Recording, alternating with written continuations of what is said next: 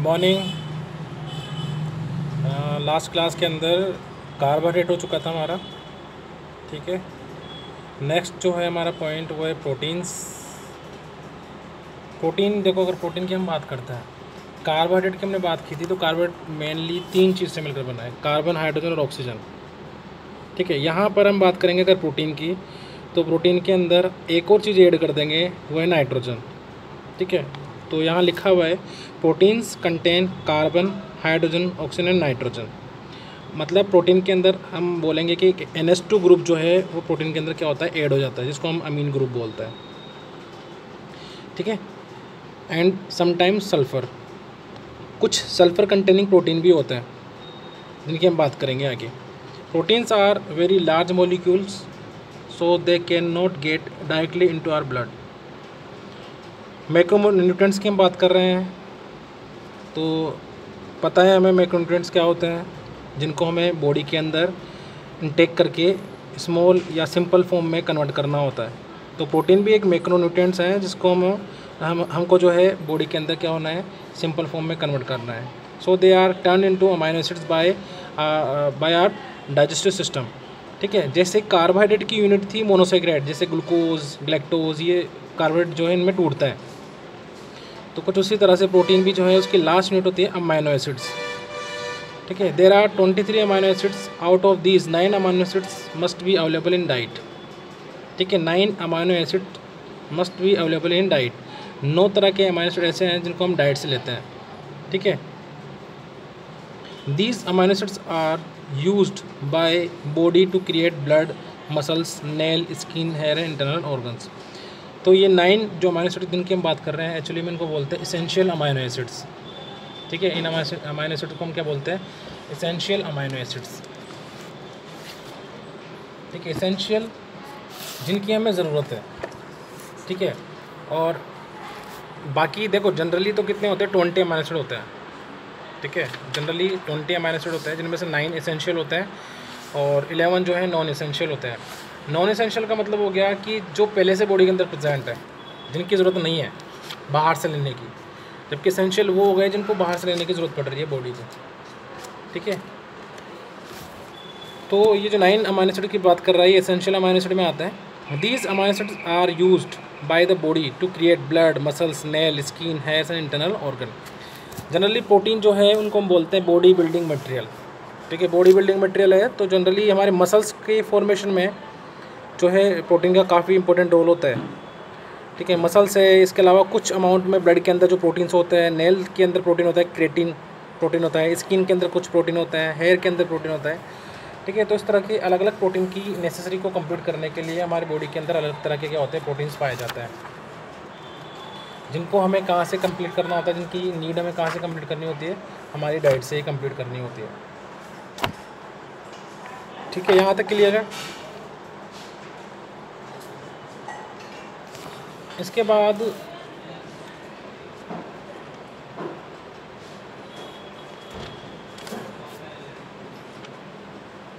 Next, हाँ, इसके बाद क्या बोल रही है,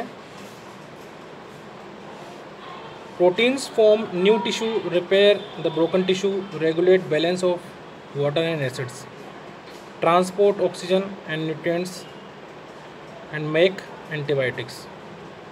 देखो कितने इंपॉर्टेंट काम है हमारे प्रोटीन के, हमारी बॉडी के अंदर प्रोटीन का कितना इंपॉर्टेंट काम होता है। प्रोटीन्स फॉर्म न्यू टिश्यू, जब भी हमारी बॉडी के अंदर कोई मसल इंजरी होती है, या जनरली देखो हम बात करते हैं जो एथलीट्स होते हैं या जो बॉडी बिल्डर्स होते हैं, वो क्या करते हैं एक्चुअली में, अपने टिश्यू को, अपने मसल्स को तोड़ते हैं। ठीक है, तो मसल्स को वापस से रिपेयर करने के लिए और न्यू टिश्यू बनाने के लिए हमें काय की ज़रूरत होती है, स्पेशल टाइप ऑफ प्रोटीन्स की ज़रूरत होती है, जो हमें डाइट से मिलती है। ठीक है, regulate balance of water and acids, हमारी बॉडी के अंदर वाटर और एसिड को रेगुलेट करने का काम करते हैं। ट्रांसपोर्ट ऑक्सीजन, हीमोग्लोबिन, हीमोग्लोबिन जो है हमने पढ़ा भी है, हीमोग्लोबिन जो है वो ऑक्सीजन को लेके जाने का काम करते हैं। हीमोग्लोबिन रेड पिगमेंट हमारे ब्लड के अंदर जो प्रेजेंट होता है, हीमोग्लोबिन है। हीमोग्लोबिन को अगर हम क्या करें, ब्रेक करें, जैसे उसको अगर देखें, उसकी स्ट्रक्चर को देखें, तो वो 2 चीज़ें मिलकर बना है, हिम प्लस ग्लोबिन, हीमोग्लोबिन। तो ग्लोबिन जो है ये एक्चुअली में क्या है, प्रोटीन है। ठीक है, ये तो पिगमेंट है, रेड पिगमेंट, और ये क्या है, प्रोटीन है। ठीक है, समझ में आ रहा है। तो ये जो ग्लोबिन है ना, ये एक प्रोटीन है। प्रोटीन हमें कहाँ से मिलेगा, जो भी हम खाएंगे उससे प्रोटीन मिलेगा, और जब ये प्रोटीन बनेगा तो ये हिम के साथ जुड़कर क्या बनाएगा, हीमोग्लोबिन। ठीक है, तो डायरेक्टली इनडायरेक्टली हम बात करें तो ग्लोबिन जो है वो हमारे ऑक्सीजन को ट्रांसपोर्ट करने का काम करता है। ठीक है, and make antibiotics, antibodies, antibody, हाँ एंटीबॉडी बहुत इंपॉर्टेंट है। अभी तो हम एंटीबॉडी के बारे में काफ़ी जान भी चुके हैं, क्योंकि वायरल डिसीज़ अभी काफ़ी इंपॉर्टेंट, काफ़ी जो है जो काफ़ी रिसेंट इशू है वर्ल्ड का। तो वहाँ पर हम एंटीबॉडी के बारे में हमने सुना होगा। एंटीबॉडीज़ हमारी बॉडी के अंदर जो है बनते हैं। एक्चुअली में एंटीबॉडीज़ होते क्या हैं, इन एंटीबॉडीज़ को बनाने वाले कौन होते हैं, स्पेशल सेल्स होती हैं। ठीक है, जिनको बोलते हैं बी लिम्फोसाइट्स। ठीक है, ये स्पेशल सेल्स से क्या करती हैं, क्या बोलते हैं जिनको, बी लिम्फोसाइट्स, बी लिम्फोसाइट्स।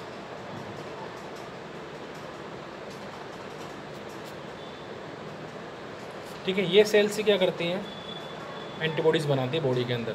और एंटीबॉडीज़ एक्चुअली में होते क्या है, एंटीबॉडीज़ जो हैं क्या होता है,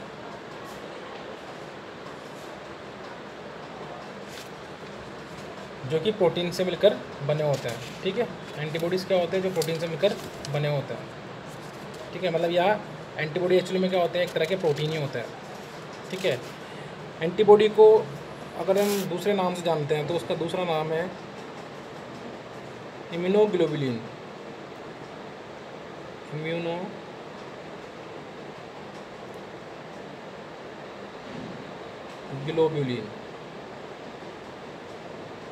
ठीक है, इम्यूनोग्लोबुलिन। ठीक है, ये एंटीबॉडी का दूसरा नाम है। तो इस तरह से हम बोल सकते हैं कि एंटीबॉडीज़ बनाने में भी प्रोटीन का काफ़ी, देखो अभी जब जनरली अभी रिसेंटली जो कोरोना वायरस है उससे बचने के लिए डॉक्टर जो है हम बोलते हैं अपनी इम्यूनिटी बढ़ाओ, और इम्यूनिटी बढ़ाने के लिए बोलता है तो विटामिन सी और एक protein diet, food protein diet बढ़ा दो और विटामिन सी बढ़ा दो। ठीक है, प्रोटीन डाइट से क्या होगा, जो बॉडी के अंदर एंटीबॉडीज़ बनेंगी, ठीक है, वो हमारी बॉडी को क्या करेगी, एक तरह से इम्यूनिटी प्रोवाइड करवाएगी, डिजीज़ से लड़ने की कैपेसिटी बॉडी को देगी। ठीक है, नेक्स्ट देखते हैं, excessive use of protein in diet specially animal protein can result her disease. जो लोग ज़्यादा नॉनवेज खाते हैं, मींस जो चिकन मटन वगैरह खाते हैं, अगर वो एक्सेस अमाउंट में खाते हैं, चलो ठीक है, ऑप्टिमम अमाउंट में खाते हैं तो ठीक है, अगर ज़्यादा एक्सेसिव अमाउंट में खाते हैं they can be suffer from heart disease, heart attack के चांसेस रहते हैं, ब्लड प्रेशर के चांसेस रहते हैं, ऑस्टियोपोरोसिस, उनकी जो बोन्स हैं वो वीक हो जाती हैं, उनकी बोन्स जो हैं वो वीक हो जाती है, ऑस्टियोपोरोसिस का मतलब स्ट्रोक। ठीक है, स्ट्रोक का मतलब वही हार्ट अटैक आ सकता है, स्ट्रोक आ सकता है, एंड किडनी स्टोन, और किडनी के अंदर स्टोन हो सकता है, मतलब पथरी हो सकती है। तो एक्सेस अमाउंट, देखो बॉडी को क्या चाहिए, बॉडी को कुछ भी एक्सेसिव नहीं चाहिए, बॉडी को अपने आप को मेंटेन करने के लिए जो लिमिट में उसको न्यूट्रिशन मिलना चाहिए, बस वो उसको चाहिए। ज़्यादा लेस करेंगे या ज़्यादा ओवर करेंगे, दोनों ही कंडीशन के अंदर वो जो है बॉडी को हार्म करती है। अब बोलेंगे सर जो बॉडी बिल्डर होते हैं तो काफ़ी ज़्यादा प्रोटीन खाते हैं, वो जाने क्या क्या खाते हैं, नॉनवेज भी खूब खाते हैं, एग्स भी खूब खाते हैं, तो उनके कुछ होता ही नहीं है। देखो वहाँ पर देखो उस प्रोटीन को यूज़ करने के लिए वो इतनी ज़्यादा हार्ड वर्किंग करते हैं कि वो प्रोटीन जो है वहाँ यूज़ होता है, एक्सेसिव अमाउंट में बॉडी के अंदर जमा नहीं हो पाता है। फिर भी बॉडी बिल्डर्स को भी कुछ ना कुछ डिफ़िकल्टी का सामना करना पड़ता है। कुछ मोस्ट ऑफ जो बॉडी बिल्डर्स होते हैं उनको क्या होता है, इससे ब्लड प्रेशर और हार्ट डिजीज़ से वो क्या होता है, अफेक्ट होता है, कई केसेस में ऐसा देखा गया है। ठीक है, body requires only 0.36 gram of protein per pound of ideal body weight. ठीक है, आइडियल बॉडी वेट अगर पर पाउंड आइडियल बॉडी वेट का 0.36% या 36 ग्राम ही जो है हमें क्या होता है, जो है हमें किसकी ज़रूरत पड़ती है, प्रोटीन की ज़रूरत पड़ती है। जैसे मान लो किसी का कितना है, किसी का 10 पाउंड या 100 पाउंड किसी का वज़न है, तो उसको कितना 36 ग्राम प्रोटीन चाहिए। ठीक है, किसी का अगर 100 है, 100 पाउंड किसी का वज़न है, तो उसको कितना चाहिए, 36 ग्राम प्रोटीन। ठीक है, If protein are not taken in appropriate amount in diet, the deficiency disease named marasmus and kwashiorkor, ये डिसीज़ जो है काफ़ी बार पढ़ा होगा आप लोगों ने, मेरेस्मस एंड क्वाशोरकर। ठीक है, these are the two important disease जो कि किसकी वजह से हो जाती हैं, प्रोटीन की वजह से। ठीक है, प्रोटीन की कमी से ये दोनों डिजीज़ होती है। होता क्या है इन डिजीज़ के अंदर, प्रोटीन की जो लैक ऑफ प्रोटीन जिनके अंदर होता है, तो वो एक्चुअली में क्या होता है, उनकी ग्रोथ जो है बॉडी की स्टफ हो जाती है, रुक जाती है। ठीक है, उनके अगर बॉडी देखेंगे तो उनके जो लिम्स हैं, हाथ पैर हैं, उनके क्या होते हैं, काफ़ी थिन, पतले होते हैं। बोन्स दिखाई देंगी, बोन्स पे मसल्स दिखाई नहीं देंगे। इसके अलावा उनके जो स्टमक या एब्डोमेन वाला पोर्शन होगा, तो पेट ऐसा लिखने का बाहर फुला हुआ सा पेट उनका दिखेगा। मतलब ऐसा होगा कि हाथ जो लिम्स हैं वो तो बहुत पतले हैं और पेट कैसा है, अजीब सा निकला हुआ। इसके अलावा जो चेहरा है उसमें से बोन्स दिखाई देंगे, चेहरे पे मसल्स बहुत कम होंगे। जो आईज़ होगी उनमें डार्क सर्कल दिखाई देंगे, हेयर भी कम होंगे उनके अंदर। तो इस तरह से क्वाशोरमेरेस्मस से जो है प्रोटीन की कमी से होने वाली जो डिजीज़ है। ठीक है, इनके सिम्टम जो है मैंने बताया यहाँ पे। ठीक है, क्लियर है यहाँ तक प्रोटीन का। प्रोटीन जो है बहुत इंपॉर्टेंट डाइट है किसी भी एथलीट और किसी भी जो स्पोर्ट पर्सन है उसके लिए, क्योंकि प्रोटीन हमारी बॉडी का क्या है, बॉडी बिल्डिंग मटेरियल। एक एथलीट या स्पोर्ट पर्सन जो होते हैं वो एक्सेसिव अमाउंट में बॉडी का वर्कआउट करते हैं, तो बॉडी में एनर्जी भी ज़्यादा चाहिए। दूसरा, बॉडी के मसल्स भी ब्रेक होते हैं, तो उन मसल्स को वापस से रिपेयर करने के लिए उनको अच्छी प्रोटीन की डाइट लेनी ज़रूरी होती है। ठीक है, फैट, थर्ड पॉइंट है fat. Fats contain carbon, oxygen, hydrogen in percent of 76, 12 and 12 respectively. ठीक है, मतलब 76, 12 और 12 के रेशो में जो है फैट के अंदर कार्बन, ऑक्सीजन और हाइड्रोजन प्रेजेंट होते हैं। Fats are necessary for many body functions. Fat keep us warm and give protection to organ. ठीक है, फैट हमें वार्म कैसे रखती है, क्या फैट से हमें एनर्जी भी मिलती है। देखो, जब बॉडी के अंदर कार्बोहाइड्रेट नहीं होता है उस कंडीशन में हमारी बॉडी जो है फैट से ही क्या करती है, एनर्जी लेती है। ठीक है, इसके अलावा fat keep us warm and give protection to organ. हमें पता है हमारी स्किन के जस्ट बिलो फैट की लेयर होती है, उसका मेन फंक्शन होता है हमारी बॉडी का जो हीट है उसको बॉडी से बाहर निकलने से रोकना। मतलब एक तरह से क्या कर रही है, बॉडी का टेम्परेचर को मेंटेन करने में क्या कर रही है, हेल्प कर रही है।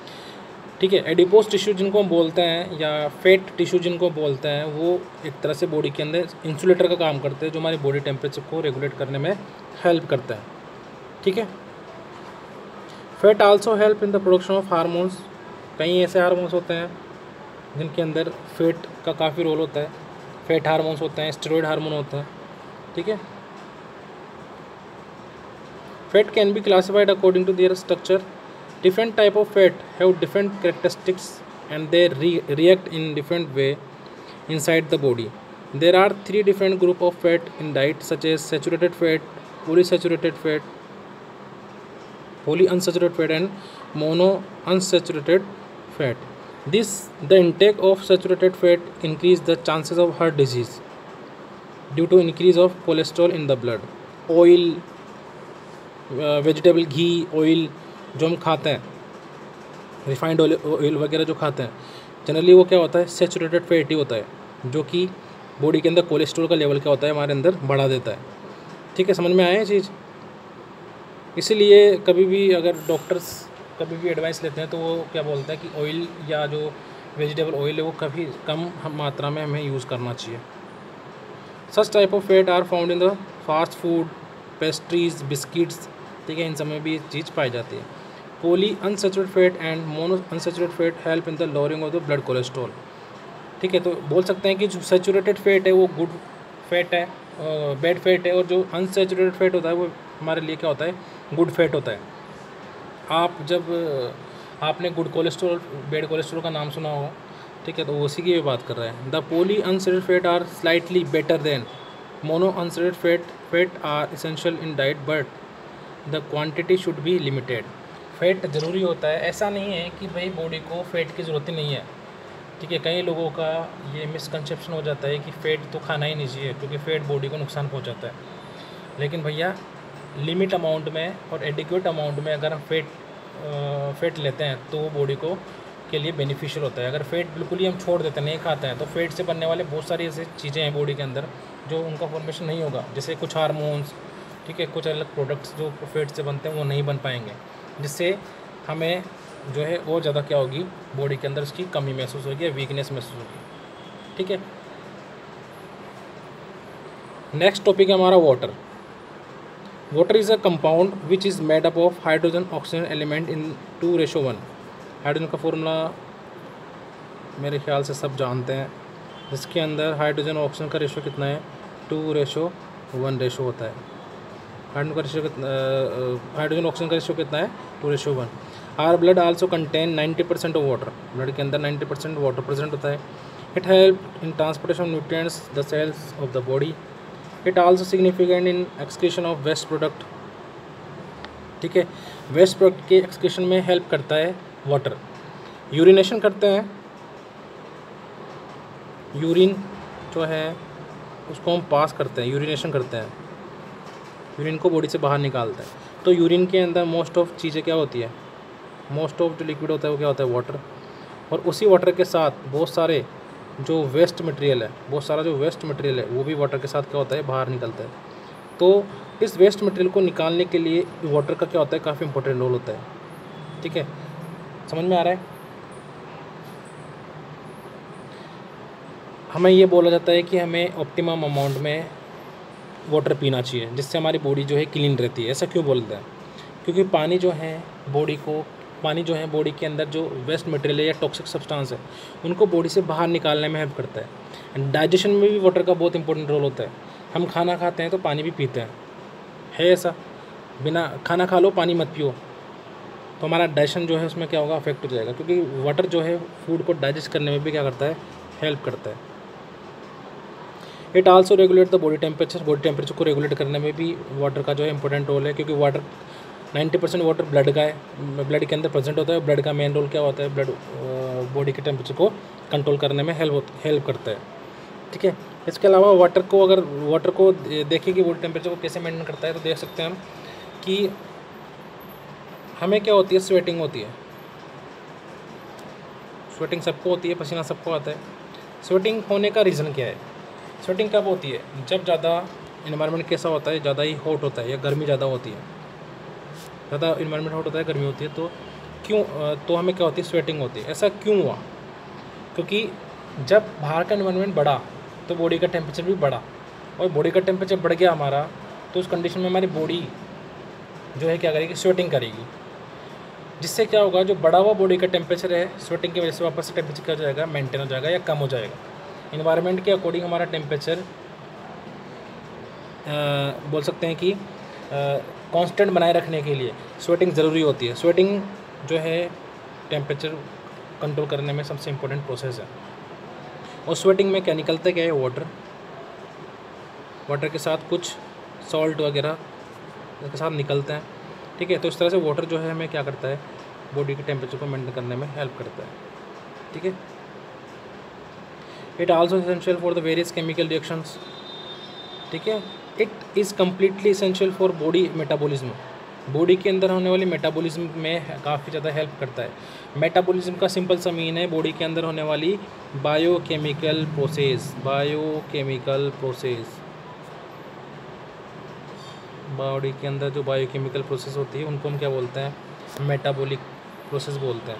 बायोकेमिकल प्रोसेस का मतलब हो गया, बॉडी के अंदर मान लो कोई चीज़ डाइजेस्ट होनी है, किस चीज़ का टूटना है, जैसे कार्बोहाइड्रेट को टूटना है ग्लूकोज में, या अमाइनो एसिड को जुड़ना है, प्रोटीन बनाना है जोड़कर। बॉडी के अंदर कुछ भी टूट रहा हो या कुछ भी जुड़ रहा हो, कुछ भी बायोकेमिकल रिएक्शंस हो रही हो, तो उसके अंदर वाटर का कुछ ना कुछ इंपॉर्टेंट रोल होता है। तो इन्हीं सब प्रोसेस को हम बोलते हैं metabolism. UNICEF says the water is not included in macronutrient but USDA United state dietary association, ठीक है, इसकी फुल फॉर्म भी क्या है, पूछ ली जाती है। United state dietary association include it as a part of macronutrients. As the matter of fact, macronutrients are consumed in large amount, it is also taken in large quantity, therefore it also part of the macro. क्योंकि water भी large quantity में intake किया जाता है, इसलिए इसको हम कहाँ रखते हैं, मैक्रोन्यूट्रिएंट के अंदर रखते हैं। आई होप मैक्रोन्यूट्रिएंट्स के जितने भी टॉपिक है आपको समझ में आ गया होगा कि नेक्स्ट जो हमारा टॉपिक होगा माइक्रोन्यूट्रिएंट्स। Thank you.